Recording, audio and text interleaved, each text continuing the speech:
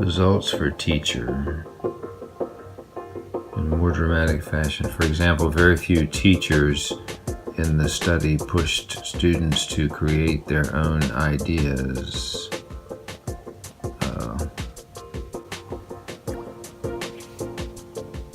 Student participation in tasks that required meaning making was rare. Did I highlight that, or did a student that I lent this Kindle to highlight it? I don't know. I've taught for almost 15 years. I read chapter 1 of Learn Better, Value. It meant a lot to me, but all these assignments I put up didn't mean as much to the students. They have to value it, so I started learning about project-based learning. Last summer I went to a 3-day conference on it. It really interested me, and then I found out that Ms. Yee, a math and an English teacher here, is an instructional coach. I'm with my coach, Ms. Yee, who is the PBL coach for our high school. And how did you come to be a coach? What made you decide to want to do what you're doing? And what is it that you do anyway? Because teachers need support. These are hard changes to make in your classroom. It's very different from what a lot of teachers are comfortable with doing in their classroom. And so by having someone that you can talk with about it and troubleshoot problems is really an important support system to have in place as teachers try these new ways of thinking about instruction in the classroom and formatting units and things like that. One thing she does, she asks questions that get inside your head. So it's not like she's really asking them. It's just the kind of prompting that I need to really benefit my own thinking in an area that I'm new in. So that's kind of what I thought for a rollout. I'm sure I'm missing some things, but So you've done a lot of thinking on the two main pieces of your launch.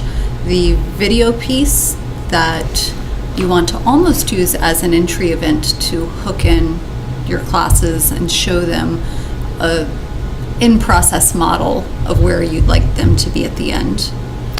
And also this proposal that's really a nice laid out overview of the different checkpoints and pacings that you're asking them to meet, and to really set some clear goals for what they want to accomplish.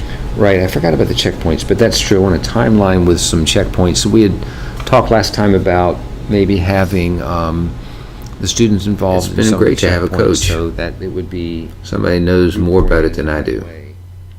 My wife is a Montessori teacher. She wasn't always a Montessori teacher. She started out in the public school system, did that for 10, 12 years, then took a cut in pay and learned Montessori. Nights, weekends, attending Montessori school, doing all this homework, just to transition to a kind of learning that's a lot less mechanical than the public school setting. They do projects naturally. It's from the ground up. They don't have to learn how to do projects because it's all projects for them. It's all student choice. What is this? These look like abacuses. This is the Montessori bead frames, the small bead frame and the large bead frame. You will see the small bead frame if you went into the primary classroom in Montessori, which is 3 through 6 years of age. What's really cool about a Montessori classroom, what people often misconstrue as they can just do what they want, is that they are allowed to walk around the classroom, and they are determining at what time of day they're going to do their math or what time they're going to read. Whereas in a traditional classroom, okay, everybody, it's time to do reading, 9 o'clock, we're all going to read. At 11 o'clock, we're all going to do our math lesson. Well, it's not like that in Montessori. They are able to move around the class. They have more control over what they're doing when. Now, I do guide them, and they do have lessons, and I'll say, okay, I need you to come to do your math lesson. So they'll come and do their math lesson with me. But they're able to to direct themselves, and so that by the time, a lot of times I always hear that students have gone back into the public school setting, specifically middle school. A lot of times they'll say that they don't have much homework because they're very self-directed. Choice is good. Toby Gress is Victoria's employer, the headmistress at her school, and a close friend of ours.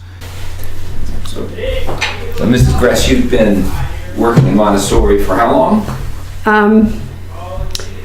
Let me see now, 40, maybe 45 years. Yeah, 45 years.